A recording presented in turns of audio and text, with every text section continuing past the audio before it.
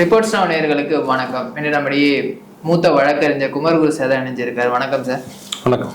அந்த கரூர் சம்பவத்துல உயிரிழந்தவங்களுக்கு அரசு வேலை கொடுக்கப்பட்டது. அதை எதிர்த்து நாம் தமிழர், திமுக உள்ளிட்ட கட்சிகள்லாம் மதுரை கோர்ட்ல போயிருந்தாங்க. அதை தீர்ப்பளிச்ச நீதிமன்றம் அதை இதை ரத்து பண்ணியிருந்தாங்க. இது குறித்து என்ன சார் நினைக்கிறேன்? இதுக்கு ரெண்டு தரப்பான விமர்சனங்களும் இருக்கு. இது சரி அப்படின்ற ஒரு கூட்டமும் இருக்கு, தவறு அப்படின்ற ஒரு கூட்டமும் இருக்கு. உங்க பார்வையில் எப்படி சார்? எங்க பார்வையில் எங்க மாநிலத்துல நயனா நாகேந்திரன் அவர்கள் சொல்லியிருக்காரு, இது வருத்தமான விஷயம், அவங்க கொடுத்துருக்கணும்ன்றது அவரோட பாயிண்ட் கரெக்ட். ஒரு வீட்டுல ஒரு இது நடந்திருக்கும்போது கொடுக்கணும்னு சொல்றது. பட் சட்டம் என்ன சொல்லுதுன்னா, ஏதாவது ஒரு வரைமுறை வச்சுக்கோங்க, எதுக்கெல்லாம் கொடுக்கலான்னு. இப்ப கூட்ட நெரிசலுக்கு கொடுக்கலான்னு முடிவு பண்ணிட்டீங்கன்னா, அப்ப பஸ் ஆக்சிடென்ட் நடந்தா கொடுக்கலாமா நம்ம? பட்டாசு தொழிற்சாலையில சாகுறாங்களா, அவங்களுக்கு கொடுக்கலாமா நம்ம? கள்ளச்சாராயம் குடிச்சு செத்தவங்களுக்கு பணம் கொடுத்துருக்கோம் 10 லட்ச ரூபாய், அது கரெக்டா தப்பா? இப்படியே போயிட்டு இருக்குது. நேற்று கூட செய்தி படிச்ச, ஒரு 2 மாசத்துக்கு முன்னாடி நான் ஒருத்தர் பைக்ல போயிட்டு இருக்கும்போது, மெட்ரோ ட்ரெயின் வேலை நடந்துட்டு இருக்கும்போது அந்த ராடு மேல விழுந்து இறந்துட்டாரு. அவர் என்ன தப்பு பண்ணாரு? அவர் அந்த ரோட்ல போயிட்டு இருக்காரு, எங்கேயோ மேல இருந்து ஒரு ராடு மேல கரெக்டா தலையில விழுந்து இறந்துட்டாரு. அப்ப அவருக்கு நம்ம கொடுக்கணுமா கொடுக்க கூடாதா? There should be a guideline சொல்றாங்க. இப்படி இருந்தா கொடுக்கலாம், இப்படிதான் கொடுக்க. எதுவுமே இல்லாம நீங்க போய் கடந்துகிட்ட ஒரு இடத்துல உங்க கண்ணு முன்னாடி 31 பேர் செத்துட்டா உடனே கொடுத்துறீங்க, கண்ணுக்கு மறைவா 40 பேர் செத்துட்டா அவங்களை விட்டுறீங்க. அப்ப என்ன கைட்லைன் இது? நாளைக்கு அந்த இதுல இறந்தவங்க, அந்த பட்டாசு தொழிற்சாலையில இறந்தவங்க யாராவது ஒருத்தர் கேஸ் போட்டு, எந்த வகையில ஏன் சாவு அவங்க சாவோட குறைந்தது அப்படின்னு சொல்லுங்க அப்படின்னு கேட்டா பதில் சொல்ல முடியாது. அப்படின்னு தான் ரத்து பண்ணியிருக்காங்க. ரத்து பண்ணதுல எனக்கு தெரிஞ்ச ஒரு சட்ட சிக்கல் என்னன்னா, அந்த 31 பேரையும் கேட்டிருக்கணும். அவங்க கேட்காம அவங்க இங்க ஆர்டர் பாஸ் பண்ணிட்டாங்க. அதனால சுப்ரீம் கோர்ட்ல போய் திரும்பி வந்தாலும் வரும். பட் அவங்க சொன்ன அந்த கைட்லைன்றது கரெக்டான விஷயமாக சுப்ரீம் கோர்ட்டும் ஏத்துப்பாங்க. ஏன்னா இன்னொரு தரவும் சொல்லியிருக்காங்க, இந்த வேலை வாய்ப்புக்காக தமிழகத்துல காத்துக்கிட்டு இருக்கிற அந்த குரூப் ஆஃப் பீப்புள், அந்த வேலை கொடுக்குற குரூப் இருக்குல்ல, குரூப் 4 இந்த குரூப் 4க்கு உண்டான வேலைக்கு காத்திருக்கிற பட்டியல 20 லட்சம் பேர் இருக்காங்க தமிழ்நாட்டுல. அதாவது இருக்கிறதுலே கிரேட் 4 தான் கம்மி. ஒரு பேச்சுக்கு வச்சுங்களேன், ஒரு ஜூனியர் அசிஸ்டன்ட் இல்ல ஒரு ஆஃபீஸ் அசிஸ்டன்ட் வச்சுங்களேன், அந்த போஸ்ட்டுக்கே நீங்க எம்ப்ளாய்மெண்ட் எக்ஸ்சேஞ்சில் 20 லட்சம் வெயிட் பண்றாங்க. இப்போ நீங்க பைபாஸ் பண்ணி போட்டுட்டே இருந்தீங்கன்னா, இந்த 20 லட்சம் பேருக்கு எப்ப வேலை கிடைக்கும்ன்றது ஒரு வேலிடான பாயிண்டா சொல்றாரு. இந்த 20 லட்சம் பேர் எப்படி எனக்கு கிடைச்சிடும் வேலை நினைச்சிட்டு இருக்காங்க. பஸ்ல இறந்தவங்க, பட்டாசு வச்சு இறந்தவங்களுக்கு கொடுத்துட்டே போனீங்கன்னா இவங்க எப்ப வர்றது? அங்க வர முடியாது இல்ல. பட் இது அரசினுடைய ஒரு கொள்கை முடிவு கூட நம்ம எடுத்துக்க முடியாதா?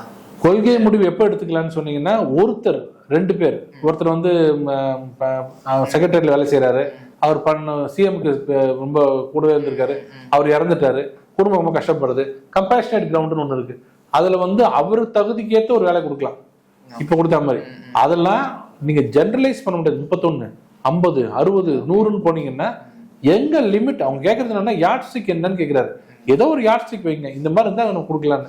எதுவுமே இல்லாம விம்ஸ் அண்ட் ஃபேன்சிஸ்னுவாங்களே, சிஎம் நினைச்சா யாருக்குன்னா கொடுக்கலான்றது சரியா வராது. இப்போ சுப்ரீம் கோர்ட்டே போனாலும் அவங்களும் இதுதானே சார் சொல்லுவாங்க. கண்டிப்பா சுப்ரீம் கோர்ட்ல முதல்ல திருப்பி அமைச்சிருவாங்க, 31 பேர் கேட்டுவாங்கன்னு. 31 பேர் என்ன சொல்லுவாங்க? எங்களுக்கு கொடுத்தது சரின்னுவாங்க. இருந்தாலும் சட்ட ரீதியா பார்க்கும்போது இது சட்டத்துல நிக்காதுன்னு என்னோட கருத்து. அடுத்த தீர்ப்பு வர வரைக்கும் இந்த தீர்ப்பு தான் இருக்குமா சார்? ரத்து தான். அது இனிமேல் அவங்க சுப்ரீம் கோர்ட்ல போய் மாத்தி கொண்டு வரணும். அது அவங்க பொறுத்த வரைக்கும் நான் சொல்றது லீகலா, மனிதாபிமானம். எங்க தலைவர் சொல்றது மனிதாபிமானத்துல அவரே, அதே நயனா தலைவர் என்ன சொல்றாருன்னா, 45 பேர் செத்துருக்காங்க இதுல பட்டாசு வச்சார்ல, விஜய் ஒன்றும் போய் பார்க்கவே இல்லை. விஜய் அதுவும் ஆதங்கம் தானே. அவர் என்ன சொல்ற, அங்க போய் பார்த்து குடும்பத்துக்கு ஒரு 1 லட்சம் 2 லட்சம் கொடுத்துட்டு வரணும்ல, இது கூட பண்ண மாட்டாரு சிஎம், அதுவும் ஆதங்கத்தெல்லாம் சொல்றாரு. தலைவர் சொல்றது ஆதங்கம், நான் சொல்றது லீகல்.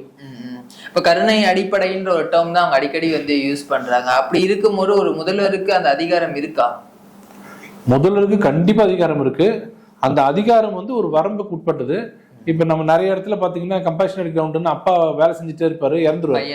இல்ல, வேலை செஞ்சுட்டு இருக்கும்போது இறந்துருவாரு. அந்த வேலையில இருக்கும்போது நல்ல ஹெல்த்தியா இருப்பாரு, டக்குன்னு இறந்துருவாரு. அவர் குடும்பம் நடு ரோட்ல நிற்கும். அதுக்கும் ஏகப்பட்ட கைட்லைன். அதுல ஒரு வார்த்தை சொல்றாங்க, பென்யூரின்னுவாங்க. என்னன்னா, பினான்சியலா அந்த குடும்பம் ரொம்ப மோசமா இருக்கு அப்படின்னு காமிச்சாதான் அவங்களுக்கு உண்டு. ஒரு பெரிய இந்த ராஜ குடும்பத்தை சேர்ந்தவர், அவருக்கு வழி இல்லாம ஒரு சின்ன வேலைக்கு கவர்மெண்ட்ல ஒரு வழி இல்லாம சேர்றாருன்னா, அவர் ஜாலிக்கு சேர்றாரு வச்சுங்க. அவருக்கு கோடிக்கணக்கான சொத்து இருக்கு, அவர் இறந்துடுறாரு. இறந்துட்டனாலே அவர் கொடுக்க முடியாது. அவரோட பின்னாடி இருக்க பேக்ரவுண்ட பாத்தீங்கன்னா கோடிக்கணக்கில் சொத்து, அவர் கொடுக்க மாட்டாங்க.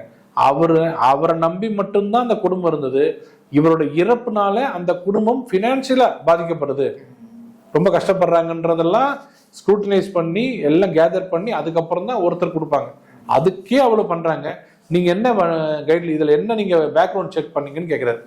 இந்த 31 பேருக்கும் என்ன பேக்ரவுண்ட் செக் பண்ணீங்க? ஒண்ணுமே இல்லை. அதனால தான் வேணான்றேன். ஸோ இப்போ சுப்ரீம் கோர்ட் போனாலும் இது நான் இது வரைக்கும் இப்போ நான் சொன்ன வச்சு கம்பேஷனேட் கிரவுண்டுக்குன்னு சில கைட்லைன்ஸ் இருக்கு. 31 பேருக்கும் ஒரே மாதிரி வராது இல்லை. 31 பேருமே ஏழையா இருக்க மாட்டாங்களே. கவர்மெண்ட் சொல்ற அந்த கைட்லைனுக்குள்ள ஒரு 1 லட்சம் அதிகமா இருந்தா கூட கொடுக்க முடியாது. அப்படி 31 பேருக்கு இருக்க முடியுமா தெரியல. அது கொடுத்ததுனால அது சுப்ரீம் கோர்ட் போயிட்டு திரும்பி வரும். கைட்லைன் படி அவங்க கொடுப்பாங்க. இன்னொரு புறம் திரு ஸ்டாலின் அவர்கள் கடந்த தேர்தலில் வந்து இது அவருடைய பிரமாண பத்திரம் தாக்கல் பண்ணும்போது நிறைய முறைகேடுகள் பண்ணியிருக்காரு அப்படின்ற மாதிரியான ஒரு கேஸ் வந்து போட்டிருந்தாங்க. அதை வந்து கோர்ட் வந்து ஆவணங்களை மொழிபெயர்ப்பு பண்ணி நீங்க விசாரிங்க அப்படின்ற இது அவருக்கு சிக்கலை ஏற்படுத்தக்கூட வாய்ப்பு இருக்கா சார்? ஏன்னா அவர் தோத்துட்டாரு அப்படின்றது ஒரு இது. பட் இருந்தாலுமே அதுவுமே ஒரு குற்றச்சாட்டு தானே சார். அவருடைய வருமானங்களை மறைக்கிறதோ இல்ல மற்ற விஷயங்களோ அதுவுமே ஒரு கோர்ட் எனக்கு தெரிஞ்சு கோர்ட் ஜெயிச்ச கேண்டிடேட்டுக்கே 5 வருஷம் மேல ஆகுது பார்க்க முடியறதுக்கு. தோத்த கேண்டிடேட்டுக்கு வந்து அவ்வளவு முக்கியத்துவம் கொடுத்து பண்ண மாட்டாங்க. ஒண்ணு டைம் ஆகும். மேபி வந்து அவர் பண்ண தப்புனால இன்னும் திருப்பி அடுத்த எலெக்ஷன்ல நிக்க கூடாது அப்படிங்கிறதுக்காக கூட போட்டிருக்கலாம். எனக்கு தெரிஞ்ச எலெக்ஷன்ல வந்து அவ்வளவு சீக்கிரம் ரிசல்ட் வந்தது இல்லை. அது வரும்போது பார்த்துக்கலாம். எப்படியும் அடுத்த எலெக்ஷனுக்கு ஒரு 5 years இருக்கு அப்படின்ற போது எலெக்ஷன் நெருக்கத்துல இது வந்து ஒரு பெரிய விஷயமா மாற வாய்ப்பு இருக்கா சார்? அப்படின்னு சொல்ல முடியாது. எல்லா கேஸ் எனக்கு தெரிஞ்சு எலெக்ஷன் கேஸ்னாலும் யாருமே பெருசா போட்டி போட முடியலாம் இருந்தது இல்லை. அப்ரப்டா பிளேட்டன்ட்டா தெரிஞ்ச விஷயம் ஏதாவது நான் 5 வருஷம் அவர் வந்து தண்டனை வந்திருக்காரு, 3 வருஷம் தண்டனை வந்திருக்காரு, மறைச்சிட்டாரு, அப்படியேதான் இருந்தால் தான் உண்டு. இந்த மாதிரி விஷயங்கள்லாம் வந்து அந்த அளவுக்கு சக்சஸ் ஆகுமோன்னு எனக்கு தெரியல. 5ஆம் தேதி வந்து பட்ஜெட் வந்து தாக்கல் பண்ண போறாங்க. தாவக அரசினுடைய முதல் பட்ஜெட் அப்படின்றதுனால ஒரு மிகப்பெரிய எதிர்பார்ப்பு வந்து எல்லா கட்சிகளுக்குமே இருக்கு, மக்களுக்குமே வந்து இருக்கு. நீங்க எந்த மாதிரி விஷயங்கள் எதிர்பார்க்கறீங்க சார்? தாவேக அரசுட்டு நான் எதுவுமே எதிர்பார்க்கலைங்க. ஏன்னா இந்த அரசாங்கமே எல்லாரும் சேர்ந்து எதிர்பாராம ஒரு கட்சி ஆரம்பிச்சு அந்த கட்சி ஆட்சிக்கு வருமானு மே 4ஆம் தேதி வரைக்கும் யாருக்கும் தெரியாது. விஜய்க்கே தெரியாது. அதான் உண்மை. மே 4ஆம் தேதி 8-9 மணிக்கு நாங்க போய் டிவியில உட்காரும் போது நாங்கெல்லாம் நினைச்சிட்டு இருந்தோம்னா நாம வரணும், திமுக வரும், நாம வரும், திமுக தான் நினைச்சிருந்தோம். விஜய் வரும்போது எங்களுக்கே ஷாக்னா அவங்க கட்சிக்காரங்க கூட எங்க கூட டிபேட்ல இருந்தாங்களா அவங்களுக்கே ஷாக்கு. ஸோ அந்த மாதிரி எதிர்பாராத ஒரு கட்சி ஆட்சிக்கு வந்திருக்கு. இப்பதான் அவங்க ஸ்டெபிளைஸ் ஆகியிருக்காங்க. இப்பதான் நான் மந்திரி அப்படிங்கறத அவங்க உணர்றாங்க. இப்பதான் நான் ஒரு எம்எல்ஏ அப்படிங்கறத அவங்க இப்பதான் யோசிக்கிறாங்க. இப்படிலாம் யோசிக்கிறவங்க இப்பதான் செட்டில் ஆகிறதுக்கு முன்னாடியே பட்ஜெட் பெரிய சவாலான விஷயம் தான். அந்த சவால்ல ஜெயிச்சிட்டாருன்னா உண்மையிலே பெரிய விஷயம் தான். நம்ம சட்டமன்றம் மீண்டும் கூட போகுது. கஸ்டோடியல் டெத்து, நிறைய விஷயங்கள் அரசுக்கு எதிரான விஷயங்கள்லாம் வந்து நடந்துட்டு இருக்கு. இதெல்லாம் வந்து எதிர்கட்சிகள் கேள்வி எழுப்பணும் அப்படின்ற மாதிரில இன்னைக்கு உதயநிதி அவர்கள் ஒரு கூட்டத்தை நடத்தி இருக்காரு. எம்எல்ஏக்களோட என்னென்ன மாதிரி விஷயங்களை அப்ரோச் பண்ணணும் சட்டமன்றத்துல அப்படின்றது, வரக்கூடிய சட்டமன்ற கூட்டத்தொடர் அப்படின்றது எப்படி இருக்கும் சார்? விஜய் அவர்களுக்கு ஒரு பெரிய சவாலாக தான் இருக்கும். ஏன்னா பட்ஜெட்டே ஒரு பெரிய விஷயம். ரெண்டாவது சட்டம் ஒழுங்கு ரொம்ப நாளுக்கு நாள் மோசமாக தான் இருக்கு. ரெண்டாவது இந்த கஸ்டோடியல் டெத்து, பண விஷயத்துல ரொம்ப நெருக்கடி. பணம் வந்து சுத்தமா இல்லை தமிழ்நாட்டில். அந்த பணம் எப்படி செலவு பண்ண போறாரு, எப்படி பண்ண போறாரு, பெண்களுக்கு உதவித்தொகை, உரிமை தொகை, இதெல்லாம் நிறைய சவால் இருக்கு. விஜய் அவர்களுக்கு இருக்கிற சவால் வந்து நினைக்கிறேன் சும்மா சாதாரணமாக நினைக்க முடியாது, மிகப்பெரிய ஒரு சவால் இருக்கு. பட் என்னோட அவரோட தனிப்பட்ட முறையில் அவர் அட்வைஸ் என்னன்னா, மத்திய அரசோட அவர் வந்து நல்ல இணக்கமா போனாருன்னா நிறைய விஷயங்கள் அவருக்கு வந்து கைடன்ஸ் கிடைக்கும். நல்லா புரிஞ்சுங்க. தப்பா நீங்க என்ன உடனே சென்ட்ரல் கவர்மெண்ட்ல நல்லா இருந்தால் தான் பணம் கொடுப்பீங்க கேட்கக்கூடாது. இணக்கமா போனீங்கன்னா நிறைய கைடன்ஸ் கிடைக்கும். உதவிகள்னா உங்களுக்கு நிதி ஆயோக்ல இருந்து உங்களுக்கு உதவி சொல்லுவாங்க, இது பண்ணுங்கன்னு அட்வைஸ்ல இருந்து எல்லாமே நிறைய பண்ணுவாங்க. இவங்க பேச்சு கேட்டுக்கிட்டு அமைக்கிட்டான் பிதிக்கிட்டான்னு வந்து நீங்க வந்து ஒன்றியம் 5 அறிவு 6 2 மொழி 3 மொழி திருப்பி அதே பழச பேசிட்டு இருந்தீங்கன்னா அவங்க பாட்டுக்கு அவங்க வேலையை பார்த்துட்டு இருப்பாங்க. நீங்க பாட்டுக்கு பார்த்துட்டு வேண்டியதுதான். உங்களுக்கு ஆளும் எஃபிஷியன்டான ஆளுங்க இல்லைங்க. அப்போ உங்களுக்கு நிதி நெருக்கடியில இருந்து எல்லா நெருக்கடி வரும்போது விஜய் சமாளிக்கக்கூடிய அளவுக்கு அவருக்கு எக்ஸ்பீரியன்ஸ் இருக்குமான்னு எனக்கு தெரியல. சமாளிக்கக்கூடிய அளவுக்கு நல்லா இது வரைக்கும் நல்லா பண்ணிட்டு இருக்காரு. பட் இதெல்லாம் சாதாரணம். இனிமேல் நிதி நெருக்கடி தான் ஒரு முதலமைச்சருக்கு மிகப்பெரிய சவால்.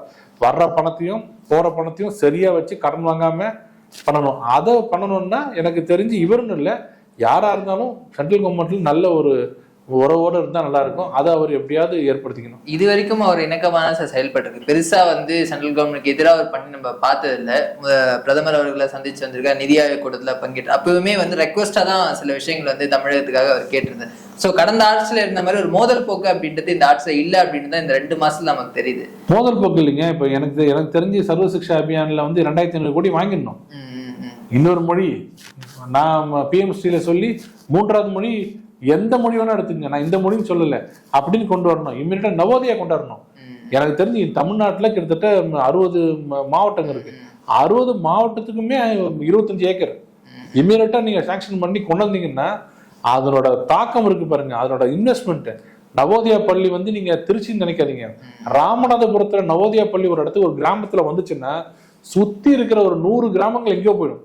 இப்படிதான் டெவலப் பண்ணுவேன். பணம் ரெடியா இருக்கு, சென்ட்ரல் கவர்மெண்ட் பணம் கொடுக்க ரெடியா இருக்காங்க, ஸ்கீம் ரெடியா இருக்கு. இந்த எஸ்எஸ்எஸ் ஸ்கீம்ல வந்து உடனே கொடுக்க 2500 கோடி இருக்குது, எஸ்எஸ்பில எல்லாமே இருக்கு.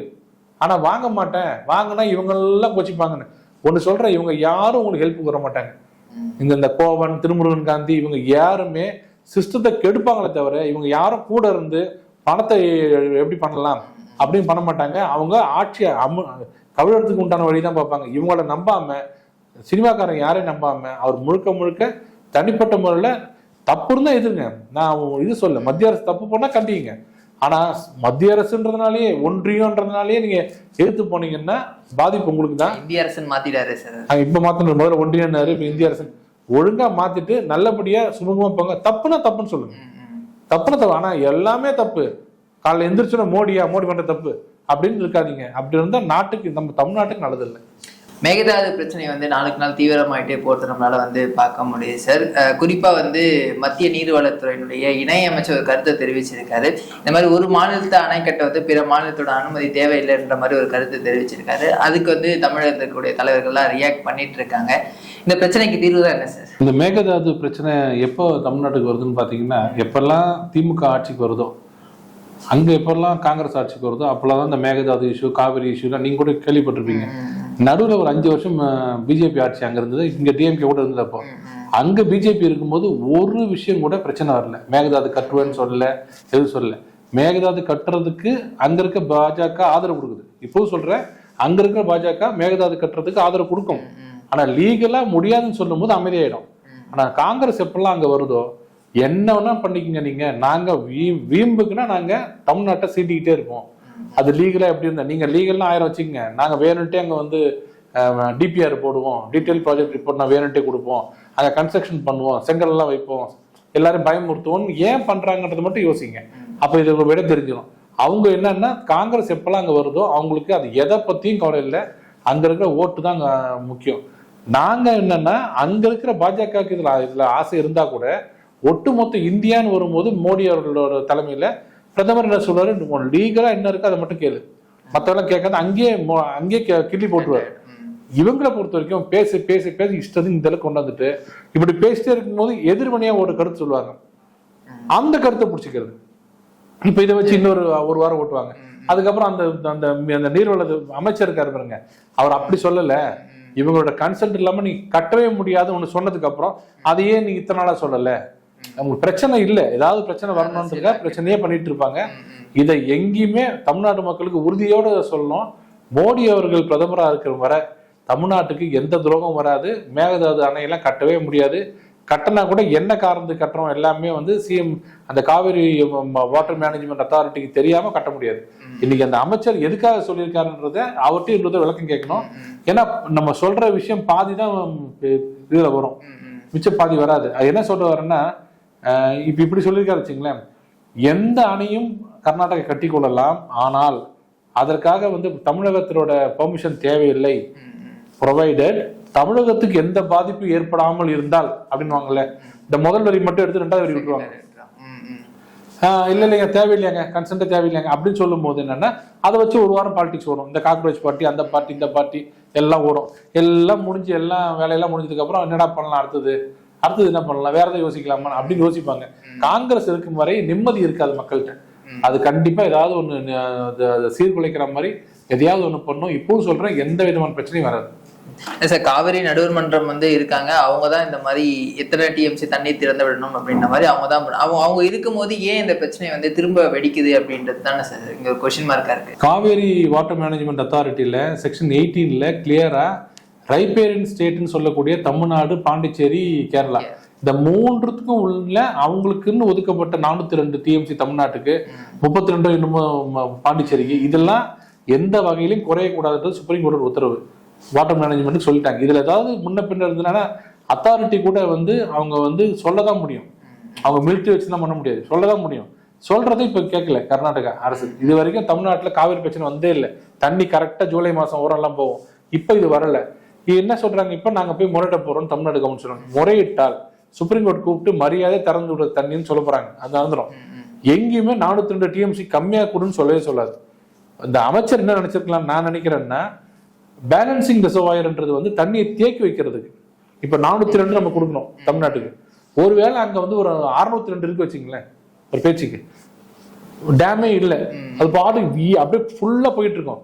தமிழ்நாட்டுக்கு 602 402 200 எக்ஸ்ட்ரா கடல்ல கலந்து வச்சுங்களேன். அவன் என்ன சொல்றான்னா, பேலன்சிங் ரிசர்வாயர்னா அது பேலன்ஸ் பண்ணி வச்சுக்கிட்டு உனக்கு கொடுக்குற 402 கொடுத்துட்றேன், கர்நாடகா கேரளா கொடுத்துறேன், பாண்டிச்சேரி கொடுத்துட்றேன், மீதம் இருக்கிறத செலவு பண்ணாம நான் கட்டி வைக்கிறதுக்கு ஏன் நான் ஒரு அணை கட்டக்கூடாது அப்படின்னு கேட்டா எந்த கோர்ட்டு நோன்னு சொல்ல முடியும்? நியாயமான. அப்ப நான் என்ன சொல்லணும்னா, வாட்டர் அத்தாரிட்டிக்கு நீ என்ன வருஷம் 402 டிஎம்சி போகுதான்னு மட்டும் பாரு, அதுக்கப்புறம் அவன் என்ன பண்ணா உனக்கு என்ன, அப்படிதானே வரும்.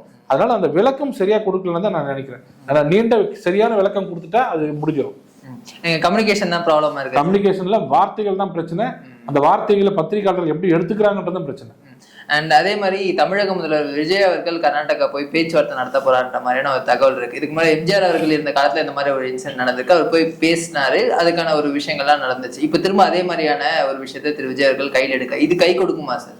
இல்ல, எம்ஜிஆர் அவர்கள் போய் இவரை பார்த்ததுக்கு, இந்த அப்ப இருக்க சிஎம் பார்த்ததுக்கு காரணம், அப்போ லீகலி சஸ்டைனபிள் ஸ்டாட்யூட் இல்லை. அதாவது என்னன்னா, நீங்க சட்ட ரீதியாக உங்களை நிர்பந்திக்கக்கூடிய எந்த சட்டமும் இல்லை. இப்போ சட்டமும் இருக்கு, சென்ட்ரல் வாட்டர் கமிஷனும் இருக்கு, அதுக்கு மேல காவிரி வாட்டர் மேனேஜ்மெண்ட் அத்தாரிட்டி இருக்கு. அத்தாரிட்டிக்கு ஃபுல் பவர் சுப்ரீம் கோர்ட் கொடுத்துருச்சு. நீ 2 பேரும் மீட் பண்ணிக்க வேண்டாம், பேசிக்க வேண்டாம், எல்லாம் நான் உங்களே பாத்துக்கிறாங்க. இப்போ சிஎம் விஜய் போறது ஒரு நல்லிணக்க ஒரு அடையாளமாக கெஸ்டரா இருக்கலாமே தவிர, ஒரு 2 ஸ்டேட்டுக்கு உள்ள நல்ல ஒரு நட்பு, ஏங்க இப்படி பிரச்சனை பண்றீங்க கொடுங்க அப்படின்னு சொன்னா சரி நேரா கேட்டாரு கொடுத்துட்டாங்கன்னா நல்லிணக்கம் போயிடும். கொடுக்க முடியாதுன்னு சொன்னா கூட அது இல்ல தீர்வு, அடுத்தது நம்ம கோர்ட்ல தான் தீர்வு இருக்கு, அது கோர்ட்ல தான் பார்க்கணும். பட் எந்த விதமான விஷயமா இருந்தாலும் கோர்ட்டும் சொல்றது நாமளும் சொல்றது சமரசமா நல்லிணக்கத்தோட போறதுதான் நிரந்தர தீர்வு கிடைக்கும் எந்த விஷயத்துக்கும். ஆனா அவர் போறதையுமே நிறைய கட்சிகள் விமர்சனம் பண்றாங்க, அவர் போகக்கூடாது, அதனால எந்த யூஸும் இல்லை அப்படின்ற மாதிரியான விமர்சனங்களும் இருக்கு சார். போகக்கூடாதுன்றது என்னன்னா, போன பிரச்சனை தீர்ந்துருமேன்னு கூட இருக்கலாம், அப்புறம் அரசியல் பண்ண முடியாதுன்னு கூட இருக்கலாம். போறதுன்றது எனக்கு தெரிஞ்சு நல்ல ஒரு, அதாவது போய் கெஞ்சக்கூடாது இல்ல, ஏன் கொடுக்க மாட்டீங்க, இந்த மாதிரி நடக்குது என்ன பிரச்சனை கேட்டுட்டு சுப்ரீம் கோர்ட் பல தடவை எல்லாம் சொல்லுது. எல்லா விஷயத்திலயுமே நீங்க 2 பேரும் ஏன் உட்காந்து பேசி முடிவு பண்ணக்கூடாது, எல்லா விஷயம் சொல்றாங்க. இது ஒரு நல்ல விஷயமா இருக்கலாம். சுப்ரீம் கோர்ட் நாளைக்கு போடும்போது கூட நீங்க ஏதாவது ட்ரை பண்ணீங்களா பேசுறதுன்னு கேட்டா, நான் நேராவே போனேங்க, எந்த ஈகோவும் எனக்கு இல்லை, அப்பவும் கர்நாடகா ஒத்துக்க மாட்டேன்னு சொன்னா அதுக்கு ஒரு வெயிட்டேஜ் இருக்கும் சுப்ரீம் கோர்ட்ல. நல்ல மூவாவே எடுத்துக்கலாம், நல்ல மூவா, ஆரோக்கியமான மூவா எடுத்துக்கலாம். அண்ட் திமுக உள்ளிட்ட கட்சிகள் இதையுமே அரசியல் ஆக்கிறத நம்மளால பார்க்க முடியுது. திரு விஜய் அவர்களுடைய ஜனநாயக திரைப்பட வசூல் பாதிக்கப்படும், அதனால விஜய் அவர்கள் எதிர்த்து பேசாம இருக்காரு அப்படின்ற குற்றச்சாட்டை எதிர்கட்சியில உதயநிதி இருக்கிறாரு. அப்படி இருக்கிற நேரம் ஏன் போறாரு எனக்கு தெரிஞ்சு அது அந்த வாதம் சரியில்லை. திமுக பத்தி காங்கிரஸை பத்தி எதுவுமே கேட்காதீங்க. ஏன்னா அது 2 பேருமே எப்படா அரசியல் பண்ணலாம், எங்க அரசியல் பண்ணலாம்னு எல்லா இடத்துலயும் அரசியல் பண்ணுவாங்க. விஜய் பார்த்தா உதயநிதிக்கு தனிப்பட்ட முறையில் ஒரு கோபம், அது இயற்கையா வரும். அது என் கூடவே இருந்துட்டு நீ சிஎம் ஆயிட்ட, நான் லைஃப்லயே சிஎம் ஆகலையே, சிஎம் பையனா தான் இருந்திருக்கிறேன், டெப்டி சிஎம் தான் இருக்கேன், சிஎம்மா உட்காரலையன்ற அந்த குரோதம் மனசுல இருக்குதானே செய்யும், அவங்களுக்குள்ளே இருக்கும். அதனால ஒரு விஜய் எது பண்ணாலும் தப்புன்னு உதயநிதி ஸ்டாலின். ஆனா இப்ப இந்த மாதிரியான தேவையில்லாத விஷயங்களை அரசியல் ஆக்குறது அப்படின்னு திமுக கை வந்தக்கல, இந்த மொழி பிரச்சனையா இருக்கட்டும், இந்த மாதிரி காவிரி இஷ்யூவா இருக்கட்டும், இதை பூதாகரமா வெடிக்க வச்சு மக்களிடையே ஒரு விஷயத்தை ஏற்படுத்துவது அவங்க கை வந்த கலை. அந்த மாதிரிதான் இப்போ ட்ரை பண்ணாங்க. ஏன்னா இப்ப நீட்டு கொஞ்ச நாளா பண்ணிட்டு இருந்தாங்க, அது முடிஞ்சிச்சு, இப்ப அடுத்து இங்க வந்திருக்காங்களோ. ஒரு விஷயம் பேசிக்கா புரிஞ்சுக்கணுங்க, விஜய்க்கு போட்ட ஓட்டு எதுவுமே கொள்கைக்காக போட்ட ஓட்டு இல்லை. விஜய் வந்தாருன்னா காவிரி இஷ்யூவை தீர்த்துருவாரு, நீட்டு பிரச்சனை தீர்த்துருவாரு, மேகதாதுவை கட்டையே விட மாட்டாரு, அதுக்கெல்லாம் ஓட்டு போடல, விசிலுக்கு ஓட்டு போட்டாங்க. இதை திருப்பி உதயநிதி தப்பா நினைச்சுக்கிட்டு இதன் மூலமாக விஜய் நம்ம பேரை கெடுத்துடலாம், நட்பெயரை கெடுத்துடலாம் நினைச்சு ஏதாவது மூவ் பண்ணாருன்னா அவரே ஏமாத்திக்கிறதா அர்த்தம். நீங்க என்ன நாளைக்கு மேகதாதே கட்டினா கூட சரி, விஜய் தான் ஓட்டு போடுவாங்க.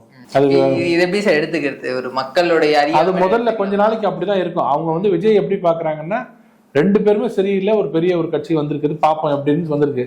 வந்த 2 மாசத்துல அவர் பண்ண சில விஷயங்கள் மக்கள் ரசிக்கிறாங்க, இப்பவும் ரசிக்கிறாங்க. அவர் கார்ல போறதே பார்த்து ரசிக்கிறாங்க. இது ஒரு அபோஷன் வர்றதுக்கு கொஞ்சம் டைம் ஆகும், ஒரு 2-3 வருஷம் ஆகும். அதுக்கப்புறம் தான் என்னங்க கொள்கையில எப்படி காம்ப்ரமைஸ் பண்றாரு, இப்படி பண்றாரு அப்படின்னு கொஞ்சம் கொஞ்சமா வரும்போது தான் அவர் மேல குறை சொல்ல முடியும். அப்புறம் தான் நீங்க ஆட்சிக்கு வர முடியும். எதையுமே பார்க்க மாட்டேன், எடுத்த உடனே நான் குறைய சொல்வேன்னு நினைக்கிறது முடியாது. ஆனா 6 மாசம் நாங்க டைம் கொடுப்போம் அப்படிலாம் ஸ்டாலின் அவர்கள் சொல்லியிருந்தாரு. பட் 6 நாள் கூட அவங்களால அதை பொறுத்துக்க முடியல. 6 மாசம் கொடுப்பேன்னு சொல்லிட்டு அடுத்த 2வது நாளே வந்து 2 மாசம் தாங்காது, 1.5 மாசம் தாங்காதுன்னு சொன்னவர் தானே அவரு. திமுகவுக்கு யாருமே அரசியல்ல அமைச்சர் முதலமைச்சரா உட்கார்றது அவங்களால பிடிக்காது. எம்ஜிஆர் வரும்போது கருணாநிதி பேசாத பேச்சு கிடையாது. என்ன கோவம்னா, நீ எல்லாம் முதல்வர் ஆயிட்ட, நான் எவ்வளவு பெரிய ஆளு, அந்த மனநிலை. அதே மாதிரி ஜெயலலிதா ஆகும் போது எம்ஜிஆர் கூட ஏத்துக்கலாம், நீ எல்லாம் வந்து எனக்கு முன்னாடி உட்கார்றியா, என் முன்னாடி நீ எல்லாம் சிஎம் அப்படின்னு அந்த திமிர் அவங்களோட இஷ்டத்துக்கு அதை இது வரைக்கும் யாரும் பேசாத பட்செல்லாம் பேசினாங்க. அதையெல்லாம் தாண்டி ஓபிஎஸும் இபிஎஸும் வரும்போது ஸ்டாலினால தாங்கவே முடியல. இவங்க எல்லாமே சிஎம் ஆயிட்டாங்கன்னு. விஜய் வந்து நான் எடுத்த படத்துல நடிச்ச ஒரு நடிகர், நான் கொடுத்த பணத்துல சம்பளம் வாங்கினவர் அப்படின்னு நினைச்சிருந்தவர் சர்வ சாதாரணமா ஜெயிச்சு வந்த உடனே உதயநிதியால அதனால தாங்கிக்கவே முடியாது. இன்னும் 4 நாள் உதயநிதி வந்து உக்கரம் அதிகமா தான் போயிட்டு இருக்கும். நான் மட்டும்தான் இருப்பேன் அப்படின்றது தானே சார் மன்னராட்சியினோட ஒரு அடையாளம். அப்ப மன்னராட்சின்னு சொல்றது கரெக்ட் தானே சார்? அவங்கள மன்னராட்சி தானே உங்களுக்கு. மன்னராட்சியில் என்ன இருக்கும், அப்பா பையன் பேரன் அப்படித்தானே வரும். அவங்க வீட்டுல யாருமே இல்லைன்னா கூட யானையை விட்டு மாலை போடுவாங்களே தவிர யாரும் கட்சிகளை கஷ்டப்பட்டவங்க யாரும் கூட்ட மாட்டாங்க. அவங்க ஃபேமிலியில ஒரு 100 பேர் நிக்க வச்சுட்டு யானையை வச்சு மாலை போடுவாங்க, அப்படிதான் பண்ணுவாங்க தவிர அப்ப கூட கட்சிக்காரன் வச்சு பாவண்டா அவனை கொடுக்கலாமே கொடுக்க மாட்டாங்க. ஆராசெல்லாம் கடைசி வரைக்கும் இதே மாதிரி பாஜகவை திட்டிக்கிட்டு இந்து திட்டி ஓட்டிட்டு வேண்டியதான் வாழ்க்கை. பல தகவல்கள் எனக்காக தெரிவிச்சிங்க, ரொம்ப நன்றி சார்.